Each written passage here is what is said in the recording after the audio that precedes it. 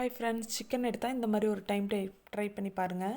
Oil ஊற்றி whole spices போட்டுட்டு 2 வரமிளகாய் போட்டு வெங்காயம் போட்டு நல்லா வதக்கிக்கோங்க. அடுத்ததாக இஞ்சி பூண்டு பேஸ்ட்டு போட்டுட்டு நல்லா இஞ்சி பூண்டோட பச்சை வாசனை போக நல்லா வதக்கிக்கோங்க. இப்போ சிக்கன் லெக் பீஸ் ஒரு 1/2 கிலோ எடுத்திருக்கேன். இதை போட்டு நல்லா வதக்கிக்கோங்க. அடுத்து பழுத்த தக்காளி பழமாக ஒரு 2 தக்காளி பழம் போட்டுக்கலாம். இப்போ உப்பு வதங்கிறதுக்கு போட்டுட்டு நல்லா வதக்கிக்கோங்க. இப்போ ஒரு மூடி போட்டு தக்காளியோட ஸ்கின்னெல்லாம் நல்லா பிரிஞ்சு வர அளவுக்கு வதக்கி எடுத்துக்கலாம். இது நல்லா எண்ணெயிலேயே சிக்கன் வேகணும், அந்தளவுக்கு நல்லா வதக்கிக்கோங்க. நல்லா மூடி போட்டு மூடி வச்சு நல்லா வதக்கி எடுத்துக்கலாம்.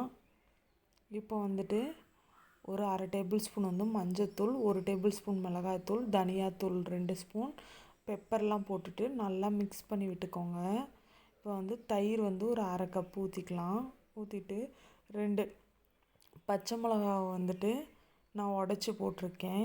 போட்டுட்டு நல்லா கிண்டி விட்டு எண்ணெய் பிரிஞ்சு வந்ததுக்கப்புறம் கொஞ்சமாக தண்ணி ஊற்றிட்டு கரம் மசாலா போட்டு மூடி வச்சிங்கன்னா பச்சை வாசனை போனதுக்கப்புறம் கொஞ்சமாக கொத்தமல்லி இலையை தூவி இறக்குனிங்கன்னா சூப்பரான சிக்கன் கிரேவி ரெடி. கண்டிப்பாக ட்ரை பண்ணி பாருங்கள். இந்த கிரேவி ரொம்பவே சூப்பராக இருக்கும். சிம்பிளான ரெசிபி தான்.